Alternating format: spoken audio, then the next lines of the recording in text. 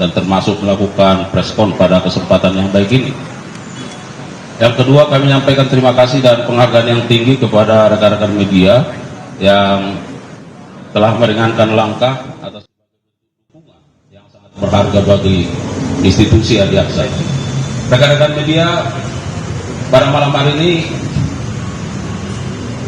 Direktur Penyidikan akan menyampaikan perkembangan penyidikan dugaan tindak pidana korupsi dalam tata kelola minyak mentah dan produk kilang pada PT Pertamina Subholding dan kontrak kerjasama tahun 2018 sampai 2023. Rekan-rekan media, sebelum Direktur Penyidikan menyampaikan rilisnya, ada beberapa hal yang ingin kami sampaikan. Bahwa yang pertama, penyidik pada jajaran Jampitsus dalam perkara ini sesungguhnya telah melakukan pemanggilan dan pemeriksaan setidaknya terhadap 273 saksi dan ada 16 ahli dari berbagai latar belakang keahliannya. Dan beberapa waktu yang lalu, sebagaimana kita ketahui, 9 orang sudah ditetapkan tersangka dan saat ini berkas perkaranya sudah dilimpahkan ke tahap penuntutan. Dan kita harapkan dalam waktu dekat akan bisa dilimpahkan ke pengadilan oleh jaksa penuntut umum. Dalam perkembangannya, dalam pemeriksaan terhadap 273 saksi, bahwa penyidik menemukan fakta-fakta terkait dengan adanya keterlibatan berbagai pihak lain. Oleh karenanya, penyidik tentu setelah melakukan pendalaman, maka dilakukanlah pengembangan penyidikan. Dan penyidik beberapa waktu telah melakukan ekspos terhadap perkara ini. Bagaimana nanti hasilnya, Direktur Penyidikan akan menyampaikan kepada kita semua. Oleh karenanya, rekan-rekan media, mari kita simak bersama hal-hal yang akan disampaikan oleh Direktur Penyidikan terkait dengan perkembangan penyidikan ini. Kepada Pak Direktur Penyidikan, kami persilakan. Terima kasih. Assalamualaikum warahmatullahi wabarakatuh. Selamat malam. Salam sejahtera bagi kita semua. Yang saya hormati Bapak Kapus Penkum beserta jajaran, para Kasubdit, terutama yang saya hormati teman-teman kawan yang pada malam hari ini hadir meliput konfes yang diadakan oleh Pak Kapus Penkum. Untuk itu, saya akan menyampaikan perkembangan penyidikan perkara dugaan tindak pidana korupsi tata kelola minyak mentah dan produk kilang pada PT Pertamina Persero Holding dan kontraktor kontrak kerjasama. Pada hari ini, Kamis 10 Juli 2025,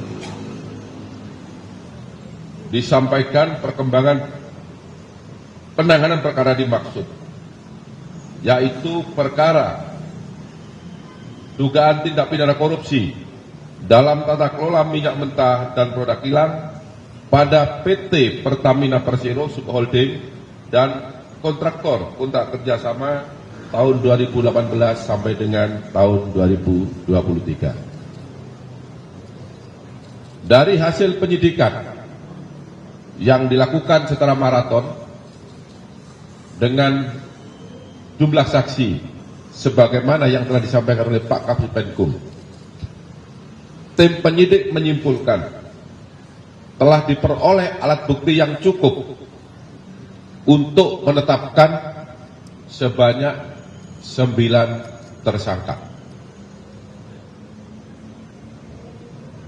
Adapun ke-9 tersangka tersebut dapat saya sampaikan sebagai berikut.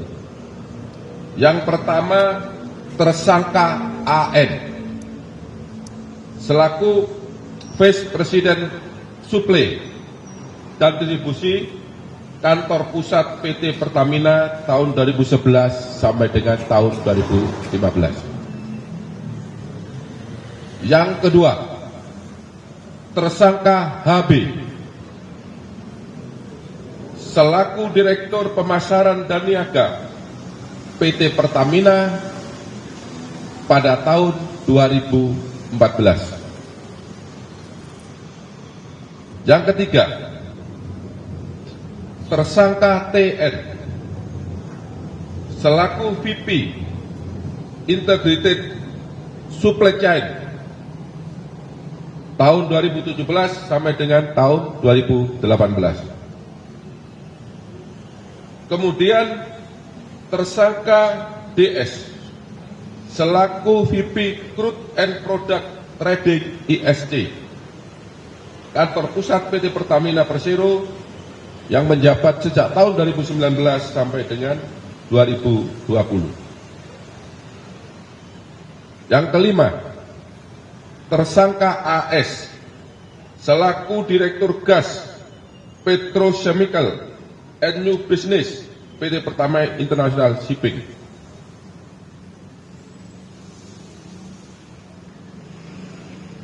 Kemudian yang keenam, tersangka HW selaku mantan SVP Integrated Supply Chain tahun 2018 sampai dengan tahun 2020. Kemudian yang ketujuh, tersangka MH selaku Business Development Manager PT Trafigura yang menjabat tahun 2019 sampai dengan tahun 2021. Kedelapan, tersangka IP selaku Business Development Manager PT Mahameru Kencana Abadi. Kesembilan, tersangka MRC selaku Beneficial Owner PT Tangki Merak dan PT Orbit Terminal Merak. Untuk para pejabat di PT Pertamina, sebagaimana yang saya sebutkan tadi, karena yang bersangkutan beberapa kali menjabat di tempat yang berbeda, maka tidak saya sebutkan jabatannya satu persatu. Bahwa masing-masing tersangka tersebut telah melakukan berbagai penyimpangan yang merupakan perbuatan melawan hukum dan tata kelola minyak yang mengakibatkan kerugian negara maupun kerugian perekonomian negara. Adapun penyimpangan tersebut dapat disampaikan sebagai berikut. Yang pertama, penyimpangan dalam perencanaan dan pengadaan ekspor minyak mentah. Dua, penyimpangan dalam perencanaan dan pengadaan impor minyak mentah. Tiga, penyimpangan dalam perencanaan dan pengadaan impor BBM. Empat, penyimpangan dalam pengadaan sewa kapal. Lima, penyimpangan dalam pengadaan sewa terminal BBM PT OTM. 6. Penyimpangan dalam proses pemberian kompensasi produk Pertalite. Ketujuh, penyimpangan dalam penjualan solar non-subsidi kepada pihak swasta dan pihak BUMN yang dijual dengan harga di bawah harga dasar. Adapun peran masing-masing tersangka dalam melakukan perbuatan melawan hukum yang mengakibatkan kerugian keuangan negara dan kerugian perekonomian negara dapat disampaikan sebagai berikut.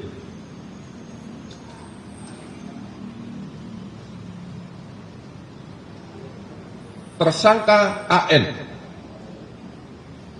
memiliki beberapa peran, yaitu melakukan proses penyewaan OTM secara melawan hukum dengan menghilangkan hak kepemilikan Pertamina dan harga yang tinggi di dalam kontrak pengadaan. Bersama dengan tersangka HB, melakukan proses penunjukan langsung kerjasama sewa TBBM Merak secara melawan hukum. Melakukan negosiasi harga sewa dengan mengakomodir nilai sewa yang mahal, yaitu sebesar 6,5 USD per kiloliter dengan menghilangkan skema pemilikan aset PT UTM. Selanjutnya, melakukan proses penjualan solar di bawah harga dasar secara melawan hukum kepada pihak BUMN dan pihak swasta. Dan yang terakhir, yang bersangkutan berperan dalam penyusunan formula kompensasi yang tinggi untuk produk Pertalite secara melawan hukum. Tersangka HB bersama dengan tersangka AN mengakomodir penawaran dan melakukan proses penunjukan langsung kerjasama TBBM Merak secara melawan hukum yang seharusnya dilakukan dengan cara pelelangan. Kemudian melakukan proses penyewaan OTM secara melawan hukum dengan menghilangkan hak kepemilikan Pertamina atas objek sewa terminal BBM Merak dan harga yang tinggi dalam kontrak atau perjanjian. 3. Tersangka TN melakukan dan menyetujui pengadaan impor minyak mentah dengan mengundang demut atau supplier yang tidak memenuhi syarat sebagai peserta lelang karena yang bersangkutan dikenakan sanksi karena tidak mengembalikan kelebihan bayar. Kemudian menyetujui demut atau supplier tersebut sebagai pemenang lelang meskipun praktek pelaksanaan pengadaan tidak sesuai dengan prinsip dan etika pengadaan, yaitu volume basis yang dicantumkan dalam lelang impor minyak mentah dan perlakuan istimewa kepada supplier tersebut. Untuk tersangka DS bersama dengan tersangka SDS dan tersangka JF melakukan ekspor penjualan minyak mentah bagian negara dan anak perusahaan hulu minyak Pertamina tahun 2021 dengan alasan terjadi ekses terhadap MMKBN dan anak perusahaan hulu Pertamina tersebut, padahal yang seharusnya minyak mentah tersebut masih dapat diserap oleh kilang dan tidak ekses, yang seharusnya dipergunakan untuk memenuhi kebutuhan minyak mentah dalam negeri. Kemudian di waktu yang sama, DS bersama dengan tersangka SDS dan tersangka YF melakukan impor minyak mentah dengan jenis yang sama dari luar negeri dengan harga yang lebih mahal. Maksudnya minyak mentah yang kualitas sama dengan harga minyak mentah di dalam negeri, tetapi harga impor ini, minyak mentah yang diimpor dengan kualitas yang sama ini harganya lebih tinggi. Untuk tersangka AS bersama-sama dengan tersangka SDS dan tersangka DW bersepakat menambah dan menaikkan nilai sewa kapal sebesar 13% dari nilai sewa kapal Olimpik Luna dari Afrika ke Indonesia dengan maksud agar harga pengadaan sewa kapal bisa di-up menjadi 5 juta US$ Amerika yang seharusnya berdasarkan harga publikasi atau harga APS hanya sebesar 3.765.712 US$ Amerika. Selanjutnya AS bersama-sama dengan tersangka DW dan tersangka AP mengkoordinasikan agar kapal Suezmax milik PT Jenggala Maritim Nusantara dimenangkan dalam proses pengadaan tender time charter di PT Pertamina International Shipping dengan cara mencantumkan syarat yang hanya bisa dipenuhi oleh kapal Suezmax milik PT Jenggala Maritim Nusantara. Kemudian tersangka HW melakukan kesepakatan dengan tersangka MH dan tersangka EC untuk melakukan penunjukan langsung kepada Trafigura Asia Trading sebagai penyedia dalam pengadaan produk gasolin untuk kebutuhan semester pertama tahun 2021. Padahal seharusnya pengadaan tersebut dilakukan melalui proses lelang khusus, di mana semua mitra atau demut diundang untuk mengikuti tender atau lelang. Tetapi dalam kenyataannya, Trafigura Asia Trading tidak terdaftar sebagai mitra atau demut Pertamina yang seharusnya tidak dapat mengikuti pengadaan atau lelang. Kemudian HW menyetujui dan menandatangani kontrak penjualan solar kepada pihak swasta yang diketahui bahwa harga dalam kontrak tersebut di bawah harga dasar. Yang ketujuh, tersangka MH bersama-sama dengan tersangka HW dan EC bersepakat memenangkan kepada Trafigura Asia Trading dengan penunjukan langsung secara melawan hukum dalam pengadaan produk gasolin untuk semester pertama tahun 2021, yang mana diketahui bahwa Trafigura Asia Trading tidak terdaftar sebagai mitra atau demut di PT Pertamina Patraniaga, yang seharusnya tidak dapat mengikuti atau tidak dapat diikutsertakan sebagai peserta lelang atau pengadaan.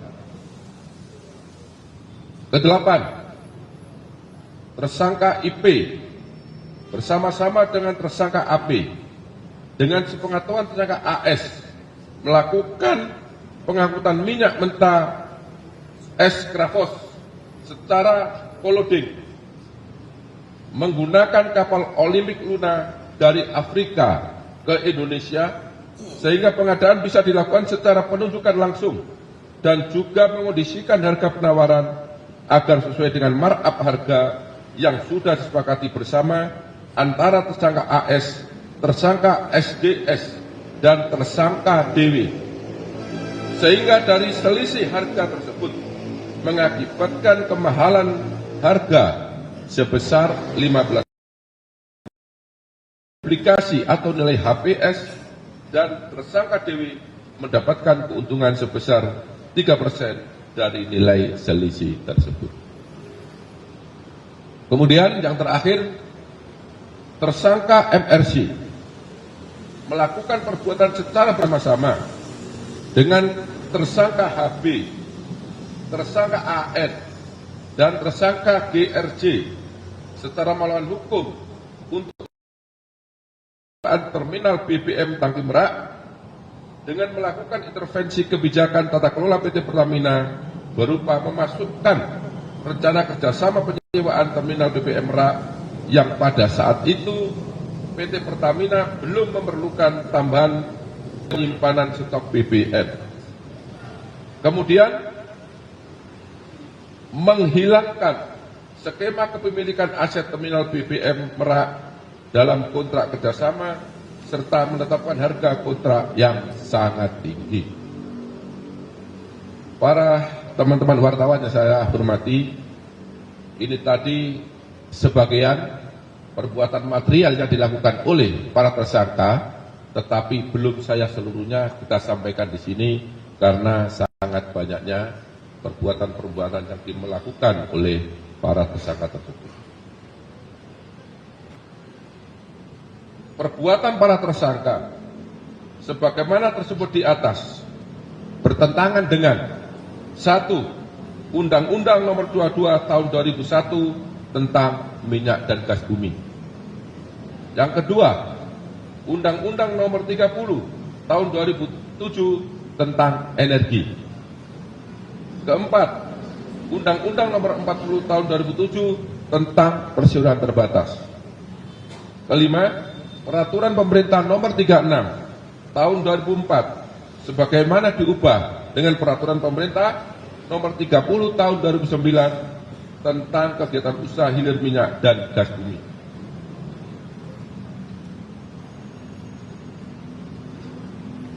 Yang kelima, Permen BUMN Nomor 01/MBU/2011 sebagaimana diubah melalui Permen BUMN Nomor 09/MBU/2012 tentang penerapan tata kelola perusahaan yang baik pada BUMN. Ini tidak saya bacakan semua karena ini ada 15 aturan yang dilanggar. Nanti pada saatnya dalam persidangan di pengadilan, teman-teman wartawan bisa melihat dan menyaksikan secara langsung aturan apa saja yang dilanggar oleh para tersangka.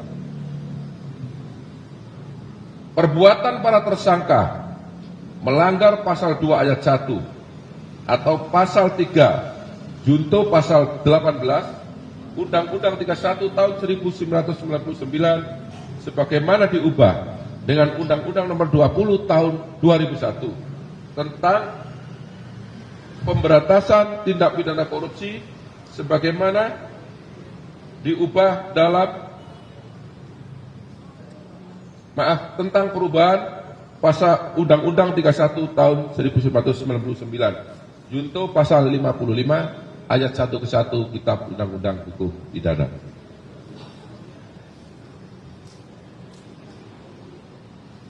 Selanjutnya, setelah dilakukan pemeriksaan kesehatan, para tersangka dinyatakan sehat, baik jasmani maupun rohani, dan selanjutnya tim penyidik melakukan penahanan terhadap 9 tersangka tersebut untuk 20 hari ke depan.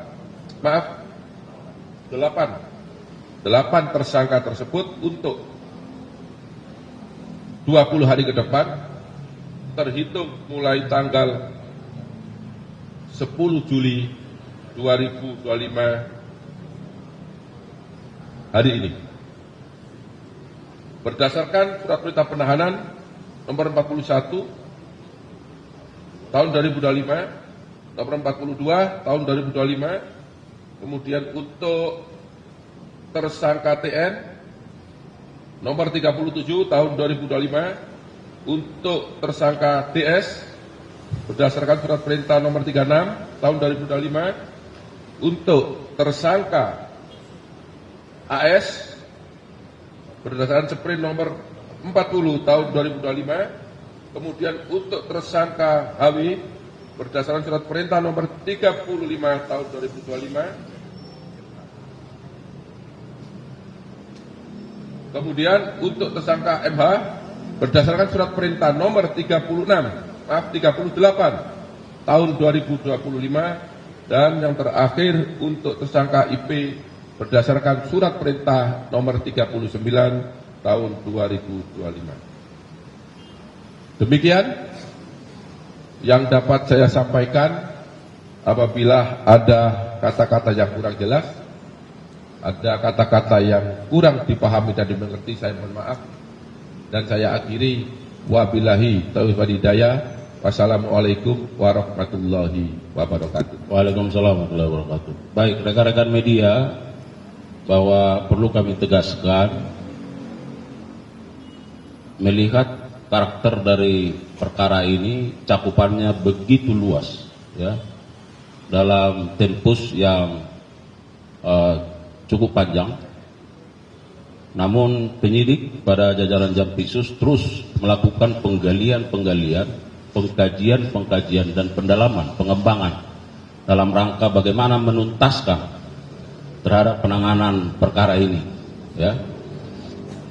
Dan sebagaimana kita ketahui, tentu penetapan terhadap 9 tersangka dan penahanan terhadap 8 tersangka pada malam hari ini sebagai bukti bahwa kami terus berkomitmen bagaimana menuntaskan penanganan perkara ini berdasarkan fakta-fakta hukum yang diperoleh. Saya kira itu tambahannya. Kalau ada beberapa, sebenarnya ini sudah lengkap saya pikir ya, tapi satu, iya suaranya, ya kan. Satu dua pertanyaan silakan. Ya.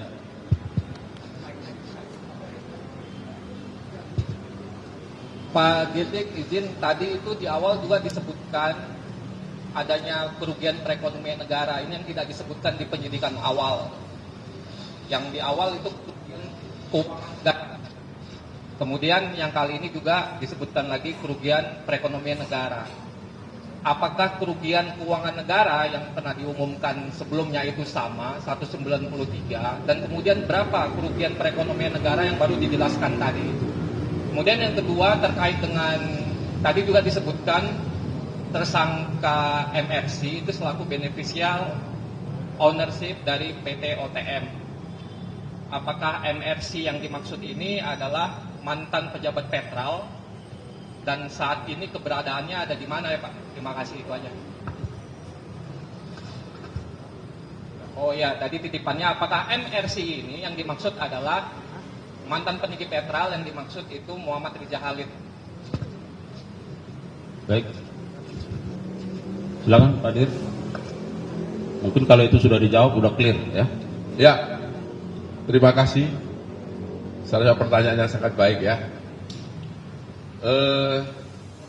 Pertanyaan saya jawab bahwa memang pada saat awal penetapan tersangka yang pertama tim penyidik menemukan bukti yang kuat adanya kerugian keuangan negara.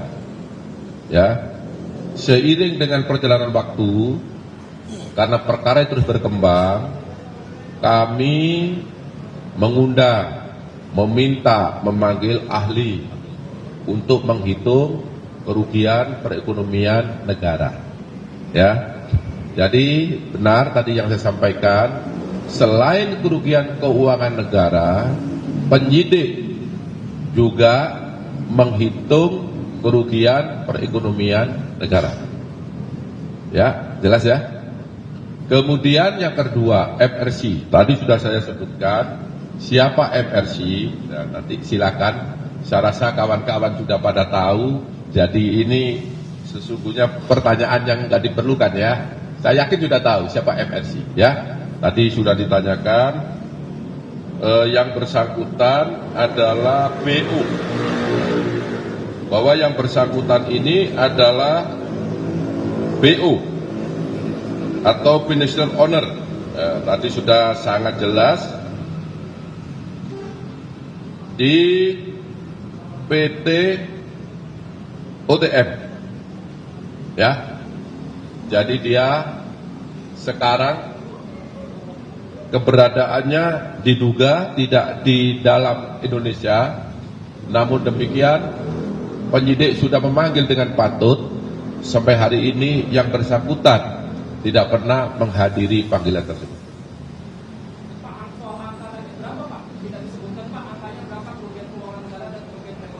Ya, bahwa kerugian perekonomian negara dan luar negara berdasarkan hasil penghitungan yang sudah pasti dan nyata jumlahnya, ya, itu totalnya 285 triliun 17 miliar 731 juta 964.389 rupiah. Ini terdiri dari dua komponen. Yang pertama kerugian keuangan negara, yang kedua adalah kerugian perekonomian negara. Jelas ya? Baik, saya kira cukup jelas. Masih ada? Tadi udah bertanya ini, titip ini, ada lagi, silakan. Izin bertanya, kan tadi menyambung sebenarnya. Tadi kan Pak Kohar menyebutkan bahwa si Riza Khalid ini diduga keberadaannya itu ada di luar negeri. Lantas upaya hukum apa yang dilakukan Kejagung? Apakah akan menerbitkan red notice kah terhadap yang bersangkutan? Mengingatkan sudah dipanggil berapa kali tapi tidak memenuhi panggilan. Terus yang kedua, tadi kan disebutkan bahwa PT Orbit Terminal Merak ini mendapatkan keuntungan dari perjanjian skema dengan Pertamina penyewaan lahan yang seharusnya tidak dilakukan. Nah itu berapa nilai keuntungan yang diterima oleh PT Orbit Terminal Merak dari kerjasama yang telah dilakukan ini? Ya, jawab ya. Jadi penyidik sudah melakukan langkah-langkah, melakukan koordinasi. Yang pertama, pada awalnya para calon tersangka ini sudah dilakukan cekal. Kita waktu itu belum tahu di mana semua para tersangka ini. Ini sebagai langkah supaya calon tersangka, karena apa saya sebut calon tersangka? Penyidik sudah punya alat bukti tapi belum dideklar.